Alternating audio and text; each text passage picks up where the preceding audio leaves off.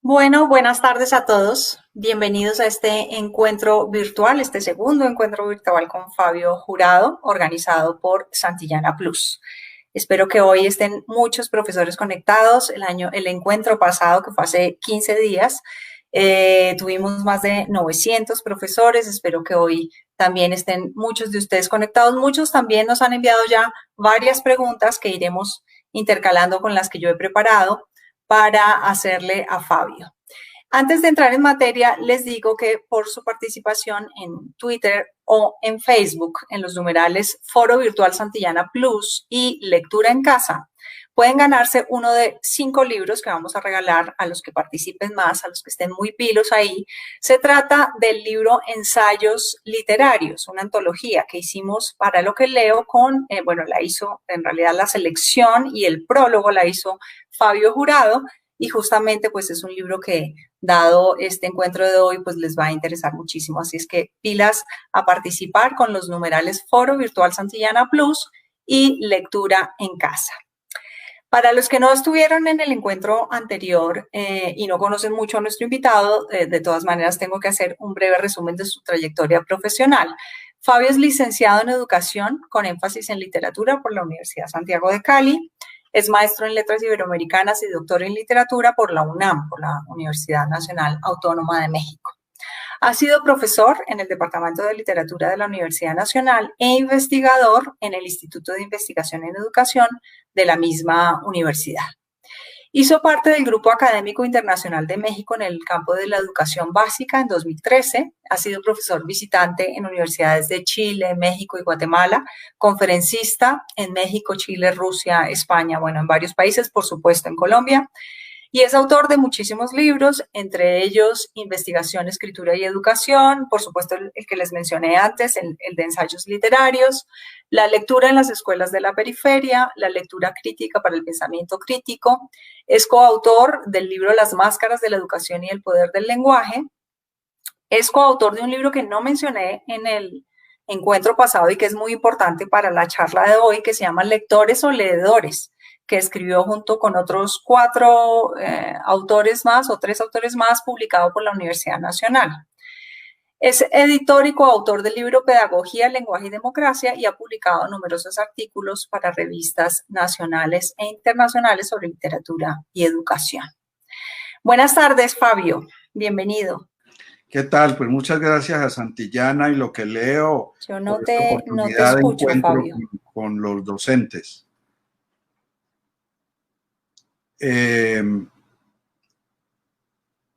Bueno, voy a entrar en materia mientras solucionamos el tema del sonido. Pero bueno, vamos a empezar con ese video de promoción que tú hacías para el encuentro de hoy, en el que decías, hay muchas personas que pueden decir hoy en día no se lee, y hay en el extremo opuesto las personas que dicen, al contrario, nunca antes se ha leído y escrito tanto como hoy. Entonces, lo que uno pensaría es la preocupación de los maestros pasaría de ser ¿qué hago para que niños y jóvenes lean?, que es la preocupación eterna, a ¿qué hago para que lean algo que valga la pena? ¿Cómo ve eso usted, Fabio?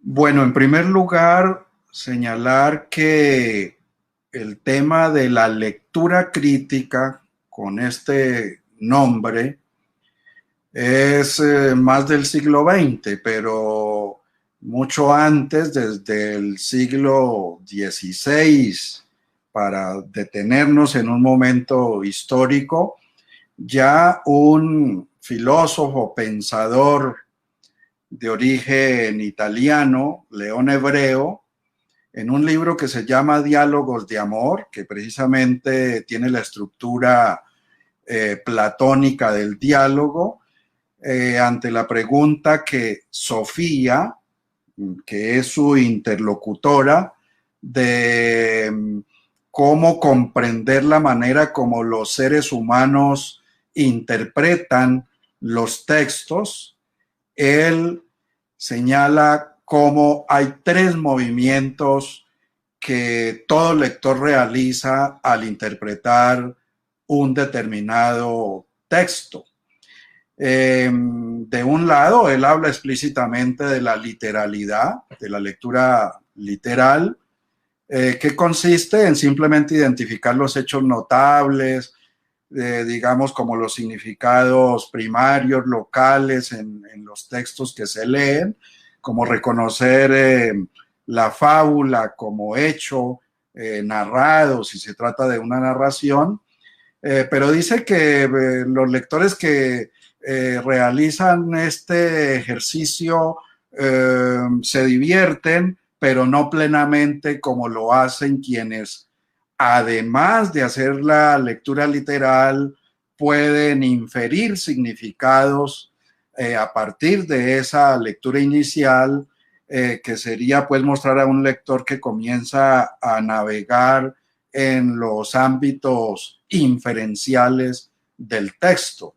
Y es allí donde se habla de lo implícito, digamos, si en la primera se trata de lo explícito, lectores que solo dan cuenta de lo explícito, hay otros lectores, dice León Hebreo, que recalan en los significados implícitos.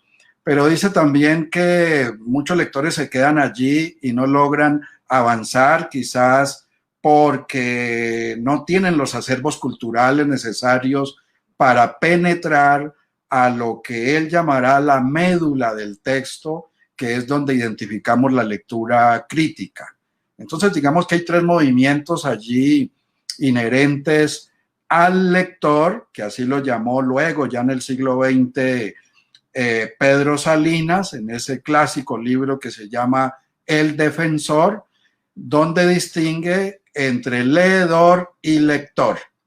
Entonces dice Pedro Salinas que se puede asociar al leedor con el estudiante que prepara el examen según un listado de contenidos que tiene que aprenderse de un día para otro, que también puede ubicarse entre los leedores al profesor que recoge datos e información y que luego dicta, y que pues no promueve el disentimiento o la interrogación de esa información.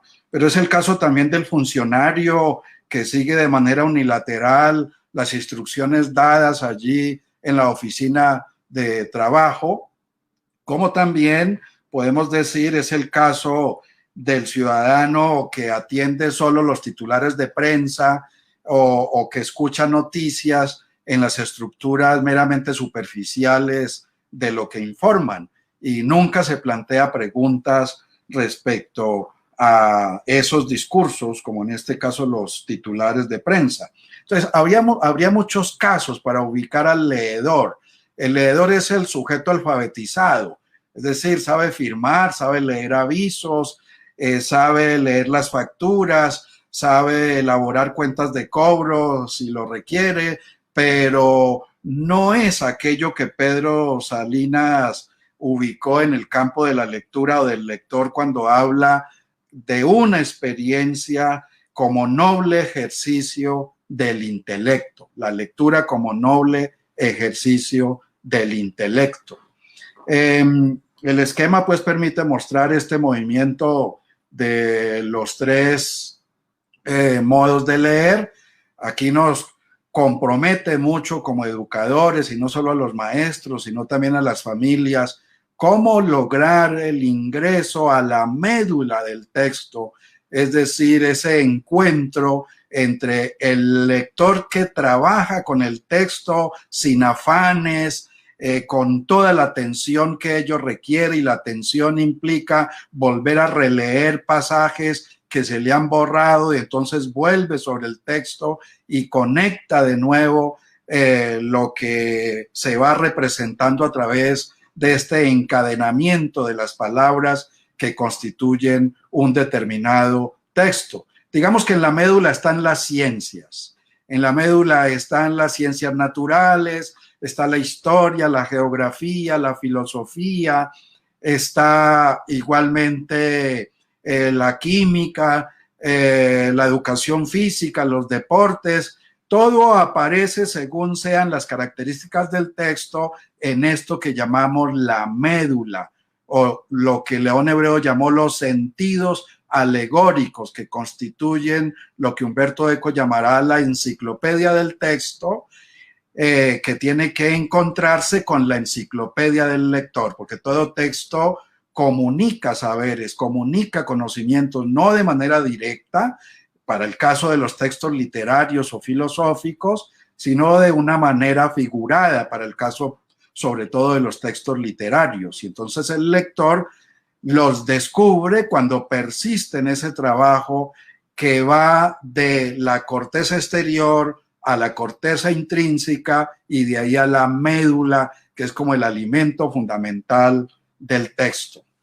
En la siguiente diapositiva podemos observar un planteamiento de Humberto Eco, quien se pregunta cómo es necesario saber que el lector afronta dos situaciones. Todos debemos saberlo. O hablar del placer que sintió en el trayecto lector del texto respectivo, o de las razones por las cuales ese texto le produjo placer. Aquí tenemos al lector crítico que no se casa únicamente con el placer primario, que vale, pues se divierte con la lectura, pero además de divertirse en esa experiencia inicial, le hace preguntas al texto interroga y busca las razones por las cuales ese texto le produjo ese sentimiento de placer y de sentir que está descubriendo cosas. Me parece que este planteamiento de Umberto Eco ayuda mucho a comprender lo que es la lectura crítica. No basta simplemente con leerle a los niños una historia y creer que el niño con eso se contenta, sino que además de leerle al niño la historia, hay que ayudarle a que se haga preguntas sobre lo comprendido del texto, porque es a través de las preguntas que va emergiendo el lector crítico. Por eso, en la siguiente diapositiva, en el siguiente esquema, mostramos un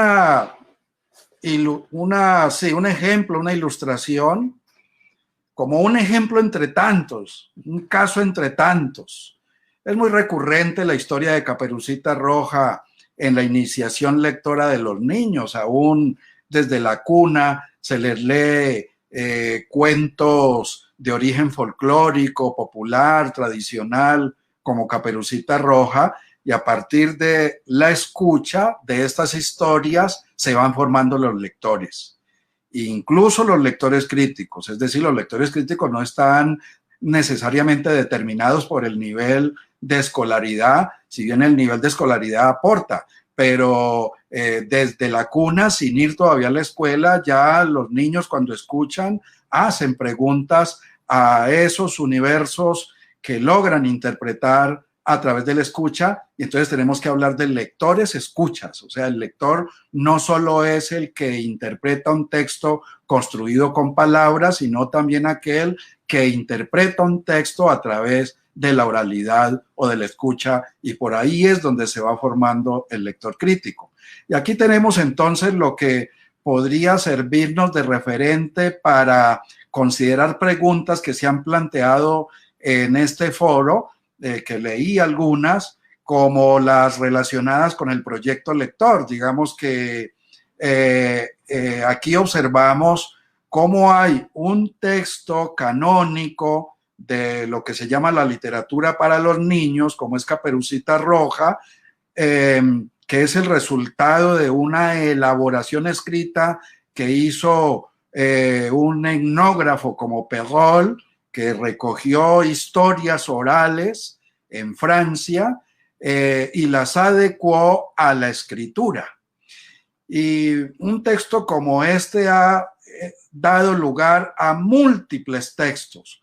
Un proyecto lector consideraría este texto que llamamos el imitado, el que es objeto de imitación, y textos que lo imitan, que son textos con una elaboración estética, simbólica muy interesante, como el que presenta Triunfo Arciniegas, un libro que ha sido muy leído en el país, que se llama Caperucita Roja y otras historias perversas. Ahí vemos cómo el autor parodia la historia inicial de Caperucita Roja, todo lo pone al revés y resulta divertido para un lector, digamos, en preescolar, en los primeros grados de primaria, hasta quinto de primaria, y por supuesto para los adultos, porque los adultos también nos divertimos mucho con los textos que han sido escritos para los niños. El lector crítico entonces se configura cuando logra descubrir el juego del autor de Caperucita Roja contemporáneo, como lo es Triunfo Arciniegas, al poner al revés la historia que ya había escuchado cuando pequeño. Y bueno, de ahí en adelante otros textos que pueden encadenarse con el de Triunfo Arciniegas, como el que sigue en el siguiente esquema. Se trata de un texto que muestra la manera como se representa una familia donde está la mamá, el papá y el niño, y hay allí una visión de mundo que de manera temprana los niños pueden reconstruir, como reconocer que hoy la mamá es quien puede ir a trabajar y el papá es quien se queda en casa con el niño, como en este caso. Y bueno, las variantes que se desprenden de allí cuando los dos trabajan, que son muchas.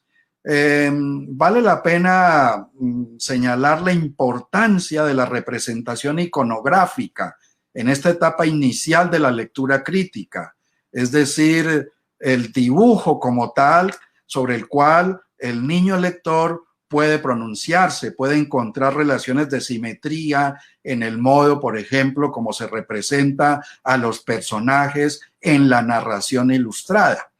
Y también identificar el contraste entre la interpretación que hace el papá como adulto y la interpretación que hace el niño, como se observa en la siguiente diapositiva.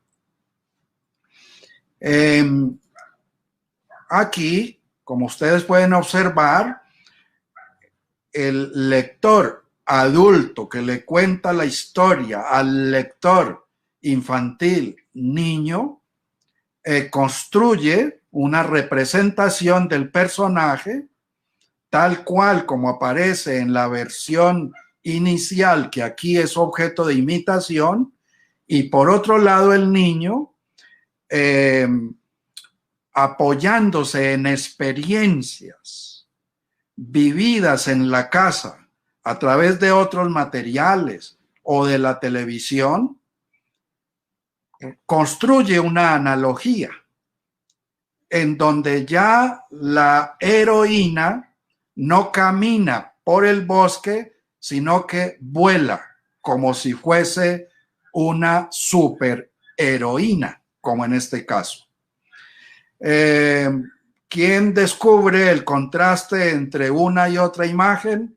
El niño, cuando está leyendo este texto en particular que hemos elegido como referente para entender cómo la lectura crítica se va configurando en la medida en que el lector descubre los juegos interiores representados en los textos que son objeto de lectura, pero a la vez cómo activa su saber, enciclopedia lo llama Umberto Eco, para lograr comprender y asegurar los significados que construye sobre la historia. Hay, por supuesto, otros ejemplos que vamos a ver, a mostrar, como el caso de obras clásicas que se creyó en algún tiempo que eran solo para adultos y no para niños o para muchachos que todavía no llegaban al último ciclo del bachillerato, y que hoy podemos decir que incluso con los jóvenes se puede iniciar leyendo un texto que fue diseñado y escrito para niños, como este de Soledad Bravi, que eso es un texto muy clásico de cómo poner en historieta una obra clásica como lo es la Odisea o la Ilíada. Y yo quiero aprovechar aquí para destacar que las obras literarias son propicias para hacer cosas. Con la literatura podemos hacer cosas. Esto es, podemos poner en historietas con dibujos de los estudiantes, independientemente de la edad, desde preescolar hasta el grado 11, adecuaciones iconográficas con dibujos o con fotografías o con pintura con tinta china o con el lápiz, pero controlando el universo semántico del texto. La apuesta que hacemos aquí a nivel pedagógico es que ese ejercicio va dando lugar a la lectura crítica. El ejercicio de adaptar un texto canónico, clásico, como lo son los poemas homéricos, a otro sistema de comunicación, como sería la adecuación a los títeres, la adecuación a la historieta impresa, la adecuación a una película, propicia la lectura crítica porque da lugar a muchas preguntas en ese trabajo con el texto.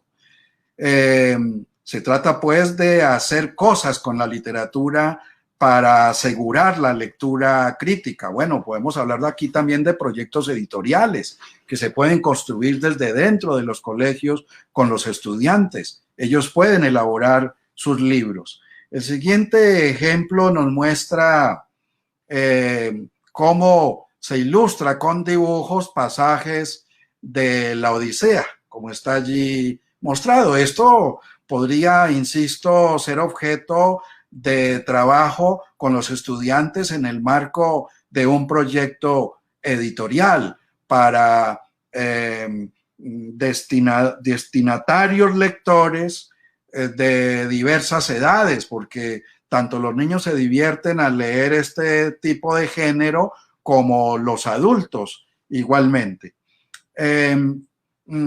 Que sea la Odisea de Adela Vaz es un texto pues que va en esta perspectiva, que ayuda mucho a comprender la transposición discursiva que todos podemos hacer jugando con los textos clásicos de la literatura. Pero igualmente considerar las minificciones. Una propuesta que hemos movido desde hace algunos años es que nos dicen siempre los docentes que los estudiantes no quieren leer, cuestión que yo cuestiono, que yo interrogo. Yo más bien pregunto qué es lo que no quieren leer y por qué no quieren leer. Y al respecto cabría decir que nadie puede leer como el deber, como la tarea, como la actividad forzada, y sobre todo cuando no hay un horizonte. Todo lector lee cuando tiene un horizonte. Por lo tanto, el dilema que tenemos los que somos profesores es la de identificar un horizonte. ¿Cuál es ese horizonte? El proyecto editorial, porque queremos construir libros para el colegio o para las instituciones educativas de la región y solo para las instituciones educativas, dado que pues no se podría pensar como una editorial a nivel empresarial, pero sí como un ejercicio intelectual y pedagógico con los docentes. Esta minificción que está allí es otro ejemplo de lo que llamamos la transposición discursiva o de un sistema literario a otro, de un género discursivo a otro. Esto es, de un pasaje de Odisea a una minificción. Aquí también aparece la parodia, el juego de poner al revés el pasaje que Homero canta en uno de los momentos que vive Odiseo en su travesía por el mar. Están también las minificciones sobre el Quijote, por ejemplo, que sería leer minificciones para luego ir a contrastar lo que dicen esas minificciones con pasajes en la obra de Cervantes. Es otra manera de jugar, insisto, que nos mostraría un movimiento que va desde dentro de un determinado texto hacia la búsqueda de otro texto y descubrir cómo ese texto habla en el texto mismo, que en eso consiste la lectura crítica.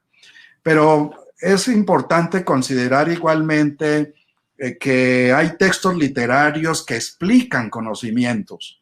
En la poesía hallamos muchos ejemplos. Aquí he seleccionado solo este poema de José Emilio Pacheco que se llama La sal.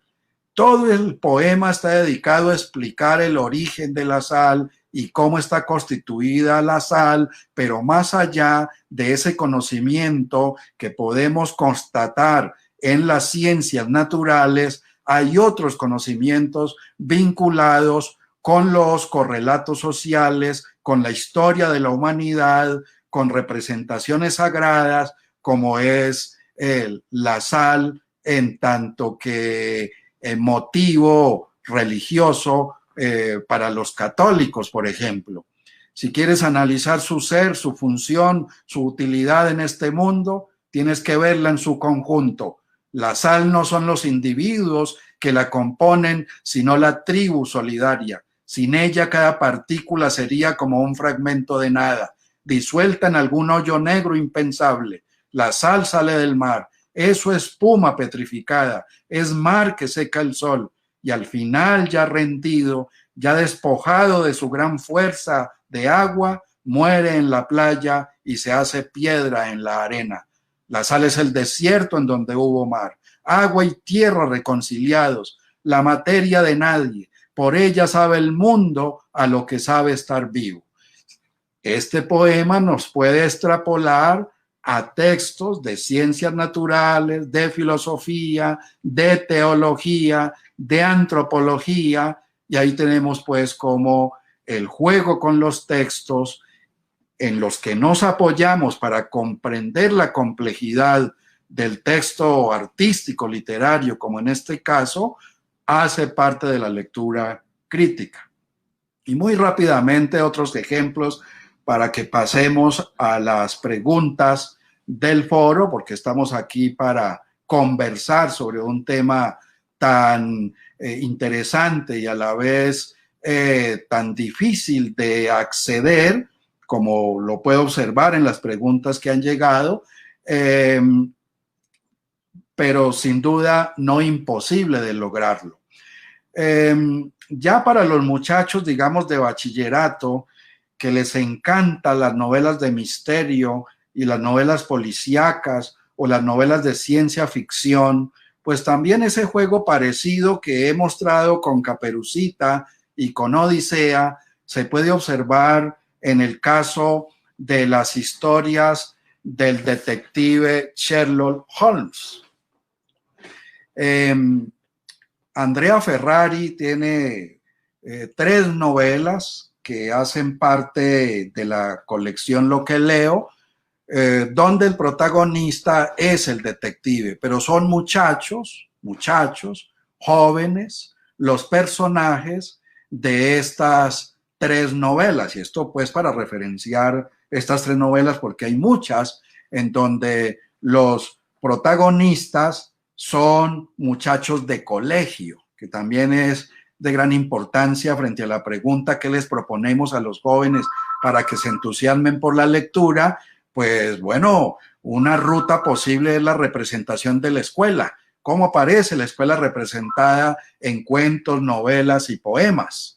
Hay en esta misma perspectiva una novela del colombiano Ricardo Silva Romero que se llama En orden de estatura, que dialoga también en la perspectiva de El camino de Sherlock de Andrea Ferrari, en la medida en que Leopoldo, que es el protagonista de la novela de Ricardo Silva, indaga, explora, busca objetos que se llevaron los hijos de su abuela y que él quiere rescatarlos para ponerlos en el mismo lugar donde la abuela los había dejado al morir. Una novela muy interesante, muy conmovedora, sobre todo con esta figura de la abuela que también es recurrente en el universo literario y sin duda un pretexto para acercar a los niños y a los jóvenes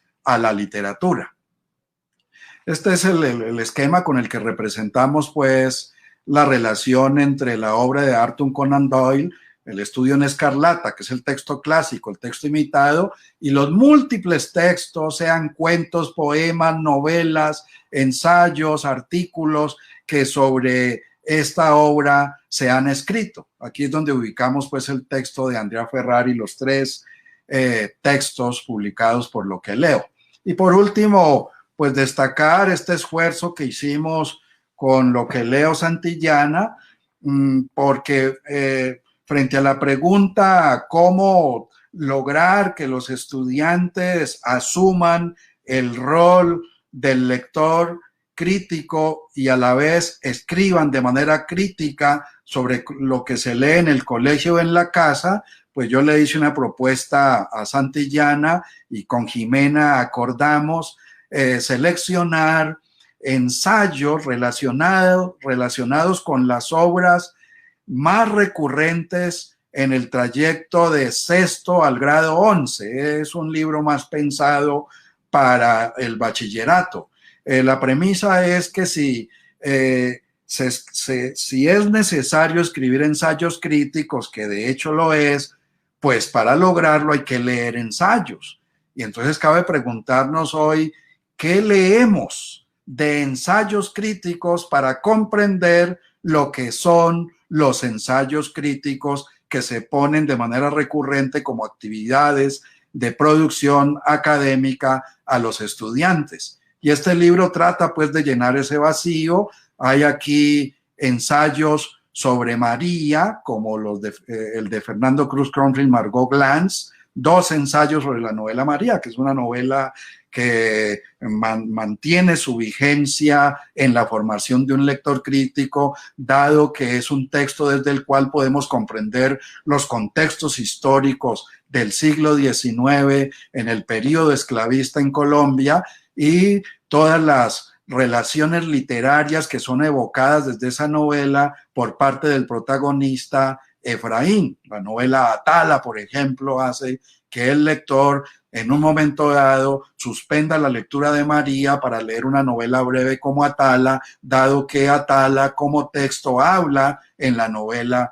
de María. Y es otra vez el ejemplo de cómo funciona la lectura crítica. Tenemos también aquí a Gutiérrez Girardot, que escribe sobre César Vallejo, a Roca, que escribe sobre Rulfo. En todos los casos, como en el caso de Rulfo, por ejemplo, yo creo que es muy oportuno considerar la elaboración de guiones de sus cuentos, es decir, poner en guión un cuento de Rulfo y luego hacer todo el proceso que implica el montaje de una película, de una pieza teatral o de una pieza con títeres o hacer una representación a partir de la historieta, del género de la historieta, en fin.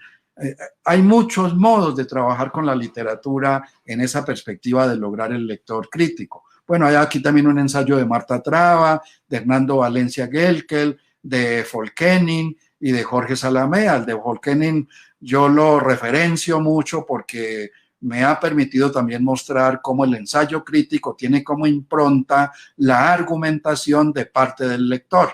Y entonces aquí, por ejemplo, Folkenin argumenta sobre ciertos aspectos que es necesario interrogar de lo que ha dicho la crítica tradicional sobre la obra de García Márquez. Y entonces esto implica conocer lo que constituye el tipo de texto que llamamos argumentación. Bueno, con esto como un panorama general de entrada para ahora sí ubicarnos en las preguntas en este conversatorio. Está diciendo Janet Padilla, nuestra jefe nacional de ventas, que tenemos 1,400 profesores conectados, lo cual es fantástico. Les agradecemos mucho su participación. Bueno, ha mencionado Fabio un montón de cosas. Yo me voy a volver a lo del lector y leedora, esa diferencia entre el lector que no traga entero y que hace una lectura más pasiva. Porque de ahí surge la pregunta de cómo volverse entonces un lector reflexivo, que de alguna manera ya la ha contestado Fabio, pero cómo pasar de ser consumidor de pasatiempo a ser un lector atento de literatura. Y esto me lleva a un tema que es importantísimo y que Fabio lo ha mencionado muchísimas veces, y es el de la conversación. Lo que debería seguir después de la lectura de un libro es la conversación. Aidan Chambers, en uno de sus libros, no sé si es Conversaciones o El ambiente de la lectura, dice que su experiencia como lector y como maestro le dice que una de las respuestas a esa pregunta de cómo volverse un lector reflexivo está en el tipo de conversación que tienen las personas sobre sus lecturas, porque algunos tipos de conversación nos hacen pensar mucho más cuidadosamente en lo que hemos leído. Y esto, a su vez, nos hace ser, digamos, más discriminatorios con lo que seleccionamos después para leer. ¿Cómo ve usted eso, Fabio? ¿Por qué es tan importante conversar sobre lo leído? Todo sujeto, toda persona que lee, si ha interpretado como lo estamos planteando, es decir, que no es un leedor, sino un lector, que ahora le agregamos lector crítico. Ese lector crítico quiere hablar de aquello que vivió en su viaje, en su travesía por los mundos representados en el texto. Y aquí vale en los distintos géneros, no solo en la ficción, también en los textos biográficos, que son de un efecto tremendo en la formación de lectores. Hay unos textos con unas ilustraciones asombrosas que atrapan a los niños, por ejemplo, libros sobre la vida de Matisse, libros sobre la vida de Picasso, o libros sobre científicos como Einstein, como Darwin, como el modo de organizar el contenido de una manera tan persuasiva, de un efecto seductor con la ilustración y las palabras, hace que el niño no quiera abandonar el texto y que luego quiera hablar de aquello que vivió con el texto. Entonces no es exclusivo de los adultos. También los niños quieren hablar de lo que han interpretado en los textos. Y entonces, hablar sobre lo que leemos asegura los niveles de comprensión y de interpretación profunda de los textos, porque el otro, el interlocutor, nos hace preguntas y hace comentarios y lo asocia con otros textos. Y ahí tenemos lo que hoy llamamos comunidad letrada. Esto es la comunidad letrada que nos compromete en Colombia para construir un proyecto político, cultural, que nos garantice la concordia, la convivencia y la democracia, con comunidad letrada. Los lectores críticos hacen parte de la comunidad letrada. En la medida en que van leyendo, disfrutan porque ponen en diálogo los textos que hablan desde dentro de los textos mismos. Pero no basta que solo lea para sí, porque nadie lee para sí, sino también para otros. Es lo que ocurre cuando vemos una película que nos conmueve, o cuando hemos visto una obra de teatro o una obra de zarzuela que nos ha conmovido. Queremos hablarle a otros de aquello que ha removido nuestros sentimientos. Y ahí está el lector crítico, en esta perspectiva que tú preguntas. Sí, de hecho es una de las preguntas que nos hace Tania Sofía Fernández Velasco, del Mariscal Sucre, desde Montería. Nos dice: escuché una vez decir a un docente de lengua castellana que un niño de primaria no hace lectura crítica, que es más para secundaria. Bueno, de alguna manera ya lo acaba de responder Fabio. Desde niños, pues se hace claramente. Y es que el mismo Chambers, en ese libro que les digo de conversaciones, él dice también que uno tiene varias respuestas cuando lee, que una de esas respuestas justamente es cuando uno disfruta muchísimo un libro, no puede evitar hablarle a alguien de ese libro, y ese es justamente el detonante de una conversación, porque uno quiere que la otra persona experimente lo que uno vivió con ese libro. Pero usted nos aclara en sus textos, Fabio, que en esa conversación, digamos, no puede haber solamente una opinión, sino también sino sobre todo una interpretación, digamos, sustentada en el texto mismo. Explíquenos un poco más esto. Sí, se ha creído que la lectura crítica es opinar libremente sobre lo que la persona que está leyendo deduce como relevante, pero lo asocia con una experiencia personal, con algo que ha escuchado por ahí, y se cree que eso es el lector crítico. No lo es. Hay que decir que no lo es. La lectura crítica está sustentada desde el universo propio del texto. La lectura crítica lo es porque no se pierde de vista lo que está dicho y representado en el texto. El lector sale para organizar sus conocimientos a partir del texto, porque el texto nos pone a pasear intertextualmente, así lo llama Humberto Eco, en la medida en que salimos para recuperar esos conocimientos y volvemos al texto para cohesionar mucho más las hipótesis y las conjeturas que como lector crítico planteamos. Digamos que en las clases los muchachos tienden a opinar siempre. Bueno, no los vamos a callar, vamos a decirles muy bien, a ver, la libre opinión vale, pero ojo, tenemos que trascender la libre opinión. Eso que estás diciendo, lo has visto, lo has oído, existe en efecto, pero ahora vamos a probarlo en el texto, a ver si eso que tú dices está en el texto. Y en ese ejercicio pedagógico es donde el muchacho, el niño, joven, van accediendo progresivamente a lo que es la figura del lector crítico. Y entonces se trata más bien de reconocer que los argumentos, los juicios razonados, el conocimiento que se recupera para explicar un fenómeno representado en el texto que se está leyendo es lo que da lugar al lector crítico. Por eso destacamos la importancia del proyecto lector, tanto en la familia como en la casa, que los textos se encadenen, que hayan encadenamientos entre ellos, digamos, en una intención pedagógica, pues. Bueno, el lector natural, común y corriente también lo hace sin quererlo, quiere leer varios textos alrededor de un centro de interés, de un tema, de un problema, y así lo hace. Bueno, ¿por qué no lo consideramos también desde la escuela y desde la familia? Textos que dialoguen entre sí para fortalecer el pensamiento crítico de ese ciudadano que se está formando. Y aquí el ciudadano vale también para el niño. No es después de los 18 años de edad que hablamos de ciudadano, no es en general el sujeto que discute, que pregunta, que revela un espíritu por aprender y que nos compromete tanto a todos los docentes, pero los docentes solos no pueden. Tienen que contar con las familias y las familias a la vez con los proyectos gubernamentales.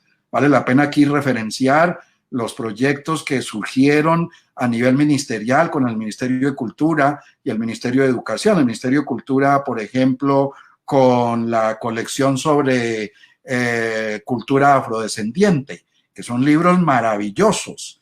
Y el Ministerio de Educación con el proyecto de la colección Semillando, colección Semilla es, ¿no? Bueno, digamos que son textos entre muchos otros posibles. La dotación de las bibliotecas, hay que reclamar siempre que haya una actualización en las bibliotecas con textos que tienen estas características del diálogo entre ellos para construir el proyecto lector del que hablamos. Bueno, eso diría respecto a esta cuestión que tú has planteado, que es mucho más amplia, por supuesto, pero que podemos darle lugar a otras preguntas si tú lo consideras. Sí, claro que sí. Acá hay, bueno, hay preguntas que en realidad tienen más que ver con lo que ya hablamos en el encuentro pasado, qué estrategias implementar en este tiempo de confinamiento para niños en lo rural, pero bueno, eso fue una cuestión del encuentro pasado, que no sé si quieras agregar algo. Es importante también el tema de la escritura, ¿no? Tan importante como la conversación, el hecho de escribir sobre lo leído para clarificar, para ayudar a pensar y a concretar, digamos, la interpretación de lo leído. No sé si quieres, Fabio, ahondar en eso. Sí, aquí hay una perspectiva teórica que todos tenemos que asumir como un hecho porque lo vivimos. No nos damos cuenta que así es, pero cuando leemos, sentimos que alguien nos habla desde el fondo de lo que leemos. Por lo tanto, está la escucha. Estamos callados, pero estamos escuchando las voces de quien habla desde dentro de los textos. Y claro, esta es una prueba para saber si estamos en el estadio del leedor o del lector. Si no sientes que escuchas, que alguien habla desde el fondo de ese encadenamiento lingüístico que constituyen los textos, entonces eres un leedor y vas pasando páginas y páginas, pero luego cuando te piden que hables de lo que leíste, no puedes. Pues finalmente es que no asumiste el rol del lector y sobre todo pues el que queremos, el del lector crítico. Pero a la vez, cuando sentimos escuchar las voces del texto, también hablamos, porque le hacemos preguntas al texto. este recurso de dejar huellas en el texto, de subrayar con un color o tomar un apunte, una nota en el cuaderno de una idea que se desprende en el trayecto de la lectura, es una manera de comprender que hablamos también a medida que avanzamos en la interpretación de un texto. Y por supuesto, la escritura. Cuando nos movemos en los mundos posibles de los textos, sean estos ficticios, simbólicos o científicos, queremos escribir sobre ellos, queremos retener a través de la escritura ideas fundamentales que responden al horizonte, lo que llamé en un comienzo el horizonte. Y el horizonte no es solamente escolar, el horizonte es de todo el lector. Por eso yo referencio mucho el planteamiento de Stanislao Zuleta, que se apoya en Nietzsche para este enfoque de la lectura como una práctica intelectual en donde solo a la luz de un problema, de un tema, de un centro de interés, de un proyecto pedagógico, tiene sentido la lectura. Y entonces tenemos las 4 habilidades comunicativas allí en una intersección: hablar, escuchar, leer y escribir. Esto, digamos, lo podemos cultivar desde la casa, con preguntas, conversando sobre los textos. Esto quería, pues, agregar. Y justamente en esa metáfora de Stanislao Zuleta, para explicar la complejidad de la lectura, hay una cuestión fundamental y es la del tiempo, porque leer requiere un tiempo tanto en la casa como en el colegio y hay que dar más tiempo a la lectura, ¿no? Sí, sí. Nadie puede pretender leer con afanes. Exacto. El que lee con afanes es el leedor, que lee solo cuestiones de tipo práctico, ligero, fugaz, pero el lector que lee, por ejemplo, una biografía sobre Leonardo da Vinci o sobre Miguel Ángel Buonarroti o los apuntes y las notas que se publicaron de Albert Einstein, requiere de tiempo, o sea, de saber que hay un trabajo intelectual y que después va a revertir en provecho propio en el universo cultural por donde se mueve. Eso aparece en el ejercicio profesional, en la vida académica. Por eso Zuleta distingue 3 espíritus del lector como tal: el espíritu del camello, que es el espíritu laborioso, que implica el trabajo, la lentitud. Aquí hay que decir, a partir de otras preguntas, que si la persona siente que tiene sueño cuando está leyendo, hay que decirle que duerma, porque con sueño no puede seguir el trayecto que implica viajar en el universo de un determinado texto, de una obra. Y después de dormir tendrá el cerebro con las condiciones para interpretar y trabajar con el texto. El espíritu del león, dice Zuleta, es la de asumir el texto como un reto y sobre todo la de reconocer que puede hacerle preguntas al texto y dudar de planteamientos que se hacen en el texto según sea su género, y que puede establecer relaciones de diálogo con otros textos que ya ha leído. Y el espíritu del niño, dice Zuleta, está presente también en el lector crítico, porque el niño es creativo, el niño es imaginativo, el niño no tiene tantos prejuicios como los adultos y entonces fantasea y recrea de una manera más ágil, porque no le da pena, que el adulto. Son los 3 espíritus que de manera metafórica explica Stanislao Zuleta muy bien en ese artículo, que es del año 1974, que lo publicó en su momento Procultura. Sí. Me gustaría que habláramos sobre el tema de la deserción escolar, que también trabaja usted en el texto sobre lectura crítica en medio de la pandemia. Y es que al haber tanta deserción escolar, entiendo que el 50% de los jóvenes se retira del colegio cuando llega a grado noveno, lo cual es gravísimo, y lo cual hace además que haya más leedores que lectores verdaderos. ¿Quiere decir esto que seguimos teniendo, digamos, una educación muy excluyente en Colombia? Sí, por supuesto, tenemos una situación muy delicada que ya lo hemos señalado en nuestros escritos, incluso en estudios que hemos hecho para el Ministerio de Educación, como el que hicimos en el año 2014 alrededor de la articulación entre los niveles educativos y el aseguramiento de la calidad, que se hizo desde la Universidad Nacional. 3 volúmenes muestran nuestro balance analítico y las rutas a seguir para que el país logre acoplarse a aquello que la OCDE le ha venido reclamando. Y dado que ha estado ahí Colombia en la OCDE, pues me parece que hay que retomar algunas de esas recomendaciones que son pertinentes, como por ejemplo tener un ciclo de educación preescolar completo en el sector público y en la parte superior tener un ciclo de educación media diversificada, que la educación media sea como lo es en el mundo, educación media diversificada. Yo creo que si los muchachos que terminan 9º grado identificaran este ciclo de educación media, que debería ser de 3 grados, la posibilidad de poner el acento en una ruta de formación, ya sea para el trabajo o para continuar en la educación superior, pues ese índice que nos preocupa del abandono en 9º grado podría acometerse.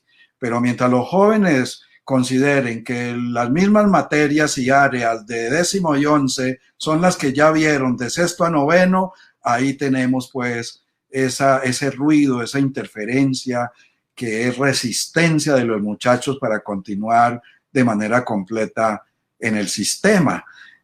Y ahí pues la lectura de los textos es fundamental. Sigamos insistiendo en ampliar los acervos bibliográficos, tanto los digitales como los impresos, para que los docentes trabajando en equipo puedan construir proyectos de integración curricular con centros de interés o problemas que los estudiantes identifican, y de esta manera lograr el entusiasmo, la pasión por continuar en el sistema y asumir el trayecto educativo como un modo de crecer intelectualmente, de vivir el asombro con el descubrimiento paulatino de los conocimientos que están en juego en esta etapa de la vida, como es cuando se llega a los 16, 17, 18 años de edad.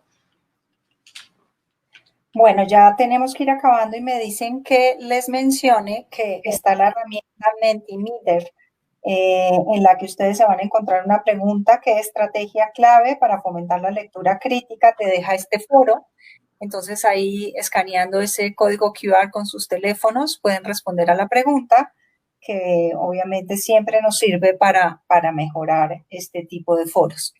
Y ya para finalizar, Fabio, y hilando además con lo que acaba de decir sobre la educación tan excluyente que aún tenemos,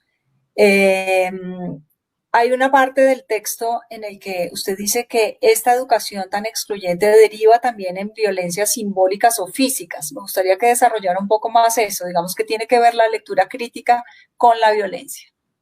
Claro, si no hay formación en lectura crítica y por lo tanto lo que tenemos son leedores, esto nos permite comprender que la escolaridad no lo determina, si bien es fundamental, pero podemos decir que gente con mucha escolaridad, hasta con posgrados, son leedores. Es decir, hicieron el recorrido solo leyendo para cumplir aquello que les pedían en el contexto educativo formal. Y esto es lo que permite entender el origen de la corrupción. Son leedores, no lectores críticos. Y en esa perspectiva es que hablamos de la violencia simbólica y de la violencia física. Hay un problema de educación muy delicado que está relacionado con los modos de leer en los contextos educativos formales. Y aquí, bueno, pues también, por supuesto, con la exclusión en relación con las oportunidades de las familias. Si las familias tienen un alto rezago de escolaridad, de educación, imagínense ustedes los esfuerzos que tienen que hacer para acompañar a sus hijos en este periodo del confinamiento, que hay experiencias maravillosas. Aún así, con esos rezagos hay unos trabajos que se están haciendo en las familias de manera muy interesante, si bien hay otras circunstancias más difíciles que no podemos subestimar. Entonces, la violencia simbólica está dada a través de los modos de tratar a las personas cuando hay una visión de minoría de edad y de considerar que hay quienes no tienen las capacidades para lograr, por ejemplo, en este caso, la lectura crítica de un texto de carácter científico, y que conduce a la violencia física, porque hay unas rabias contenidas en quienes han logrado cierto nivel de escolaridad, pero que no pudieron acceder a lo que llamamos propiamente la comunidad letrada. Aquí aprovecho para llamar la atención, que son preguntas que también alcancé a leer de parte de los docentes. Si los docentes, todos, de todas las áreas, no son lectores críticos, es imposible pretender que sus estudiantes sean lectores críticos. En consecuencia, un reto grande es lograr que en cada institución educativa, en equipos de trabajo, trabajando en equipos, ojalá con el enfoque por ciclos, pues se logre avanzar hacia un profesorado que es lector crítico, que implica leer, por supuesto, y hablar de lo que leen en las aulas, porque lo que quieren los estudiantes también es que sus profesores o profesoras hablen de aquello que han leído y que los ha conmovido y que se relaciona con los conocimientos que están considerados en, por ejemplo, los estándares básicos de competencia, que es el documento orientador para la construcción curricular en Colombia. Así es. Y de alguna manera, y con esto cerramos, se puede decir entonces que leer en esta época de pandemia es de alguna manera un acto salvador, ¿verdad? Porque en época de crisis, los individuos intentando tener cierto equilibrio emocional en medio de tanta ansiedad, de tanta incertidumbre, pues los libros se convierten no solo en preguntas, sino también en muchas respuestas. Sí, Jimena, es paradójico, pero la pandemia, esto que estamos viviendo con el aislamiento social, ha conducido a formar lectores cuando tienen las oportunidades, quiero decir, cuando no hay oportunidades en el sentido de no tener una biblioteca básica cercana. Yo estoy invitando a que los libros, muchos de los que hemos aquí hoy comentado, están en las bibliotecas escolares. Hay que sacar los libros y llevarlos a las casas, porque sí quieren leer, tanto los niños, los jóvenes como los padres de familia, para conversar en este proceso de aislamiento, en esta coyuntura del confinamiento social. Es propicio para que la familia se vuelva a encontrar, y yo creo que está ocurriendo así, sobre todo en los estratos medios y también en otros estratos menores, insisto, cuando hay las oportunidades. Hay una incertidumbre allí, no tenemos la verdad, nadie tiene la verdad al respecto, ¿no? Pero bueno, son percepciones que tenemos, hay que escuchar a los docentes, a las familias, a los estudiantes, y por eso yo hago un reconocimiento a Santillana y Lo que Leo por esta agenda de foros que ha venido adelantando, porque es una manera de encontrarnos con los docentes a través del chat y a la vez también con los padres de familia, porque he visto que entran padres de familia también al foro. Muy bien, Fabio, pues terminamos, se nos acaba el tiempo. Muchísimas gracias nuevamente. Gracias a todos por la participación y los esperamos en un nuevo encuentro. Mañana, de hecho, tenemos una charla con Dipacho, que es un gran ilustrador de nuestro catálogo. Muy bien, muchas gracias.